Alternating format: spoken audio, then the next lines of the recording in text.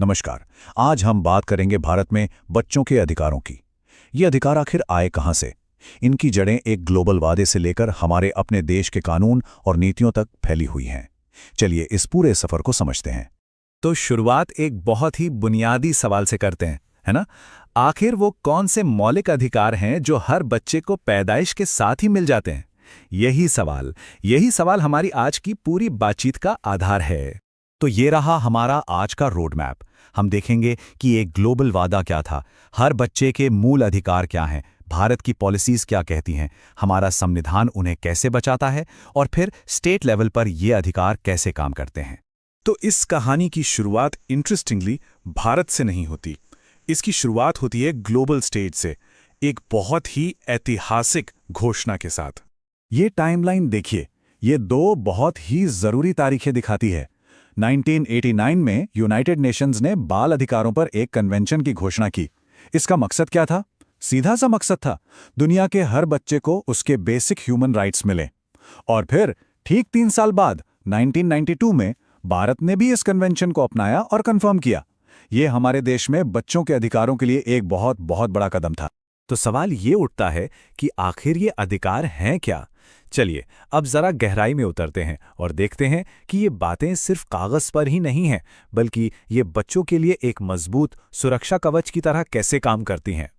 देखिए, सबसे पहला और सबसे बुनियादी अधिकार है पहचान का अधिकार। मतलब जब एक बच्चा पैदा होता है तो उसका बर्थ रजिस्ट्रेशन होना चाहिए, उसे एक नाम मिलना चाहिए, एक नागरिकता मिलनी चाहिए। और सोचिए, ये सिर्फ एक कागज का टुकड़ा नहीं है, ये उस बच्चे के वजूद का पहला सबूत है, समाज में उसकी जगह की पहली गारंटी है।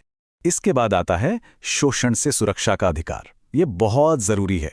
बच्चों को हर तरह के एक्सप्लॉयटेशन से बचाना है, चाहे वो इकोनॉमिक हो, जैसे कि खतरनाक काम करवाना, या फिर उनकी तस्करी हो। यहां तक कि 15 साल से कम उम्र के बच्चों को किसी भी तरह के आर्म्ड कॉन्फ्लिक्ट से दूर रखना है। और ये जिम्मेदारी किसकी है? ये जिम्मेदारी स्टेट की है कि वो इसके लिए मजबूत कानून बनाए। और ये सुरक्षा सिर्फ बाहर की दुनिया से नहीं है, बच्चों को घर के अंदर भी दुर्व्यवहार और उपेक्षा से बचाने का अधिकार है। मतलब अगर पेरेंट्स या गार्डियन ही बच्चे के साथ गलत कर रहे हों तो स्टेट को दखल देना होगा। इतना ही नहीं, उन्हें नशीली दवाओं के इस्तेमाल से बचाना, और अगर कोई बच्चा रिफ्यूजी है तो उसे खास प्रोटेक्शन देना, ये सब भी इसी में शामिल है। तो ये तो हो गई ग्लोबल बात। अब सवाल ये है कि भारत ने इन इंटरनेशनल कमिटमेंट्स को अपने देश में कैसे लागू किया? हमारी अपनी नेशनल पॉलिसीज क्या हैं? और यहाँ एक बहुत ही इंटरेस्टिंग बात है। यूएन कन्वेंशन तो 1992 में अपनाया गया, लेकिन भारत ने बच्चों के लिए अपनी नेशनल पॉलिसी उससे भी बहुत पहले 22 अगस्त 1974 को ही बना ली थी। मतलब बाल कल्याण की नींव तो हमारे यहाँ पहले से ही रखी जा रही थी। तो इस पॉलिसी में क्या क्या था? इसमें कुछ बहुत ही जरूरी बातें थीं, जैसे 6 से 14 साल के बच्चों के लिए फ्री एंड कंपल्सरी एजुकेशन, कुपोषण से लड़ने के लिए मिड डे मील जैसे प्रोग्राम चलाना, 14 साल से कम उम्र के बच्चों से खतरनाक काम ना करवाना, और बच्चों को नशे से दूर रखना। इनमें से कई चीजें आज भी हमारे सिस्टम का एक अहम हिस्सा हैं। अब देखिए, पॉलिसी बनाना एक बात है, पर उसे कानूनी तौर पर मजबूत करना दूसरी। तो इसी दिशा में 1986 में child labour prohibition and regulation act लाया गया। ये एक बहुत बड़ा कदम था, जिसने कुछ खास तरह के रोजगारों में बच्चों के काम करने पर पूरी तरह से रोक लगा दी।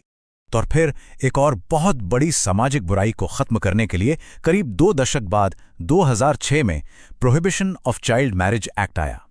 जैसा कि नाम से ही साफ है, इसका मकसद बाल विवाह को रोकना था। लेकिन पॉलिसीज और एक्ट्स के भी ऊपर आता है हमारा संविधान। बच्चों के लिए सबसे मजबूत सुरक्षा कवच तो हमारे संविधान में ही दिया गया है। यहां पर संविधान के 2 आर्टिकल्स को समझना बहुत जरूरी है, जिनमें अक्सर कंफ्यूजन हो जाता है। आर्टिकल 23 बात करता है बलात् श्रम की, मतलब फोर्स्ड लेबर की। ये किसी पर भी लागू होता है, मतलब किसी भी इंसान से आप जबरदस्ती काम नहीं करवा सकते। लेकिन आर्टिकल 24 स्पेसिफिकली बाल श्रम यानी चाइल्ड लेबर की बात करता है। ये कहता है कि 14 साल से कम उम्र के बच्चों को किसी भी फैक्ट्री, खदान या दूसरे खतरनाक काम में नहीं लगाया जा सकता।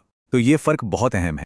तो हमने नेशनल लेवल पर कानून देख लिए, पर असल में जमीन पर क्या हो रहा है, इसे समझने के लिए आइए एक केस स्टडी देखते हैं भारत के सबसे ज्यादा आबादी वाले राज्य उत्तर प्रदेश की। तो उत्तर प्रदेश में क्या क्या किया जा रहा है? देखिए, 6 से 14 साल के बच्चों के लिए शिक्षा मुफ्त और अनिवार्य है।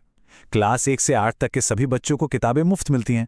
कुछ पिछड़े इलाकों में तो क्लास 5 तक के बच्चों को यूनिफॉर्म ही मुफ्त दी जाती है। और हाँ, सभी प्राइमरी स्कूलों में मिड डे मील प्रोग्राम तो हैगी। पढ़ाई के साथ साथ आर्थिक मदद पर भी जोर है, जैसे कि शेड्यूल्ड कास्ट और शेड्यूल्ड ट्राइब के स्टूडेंट्स के लिए सालाना स्कॉलरशिप की व्यवस्था है।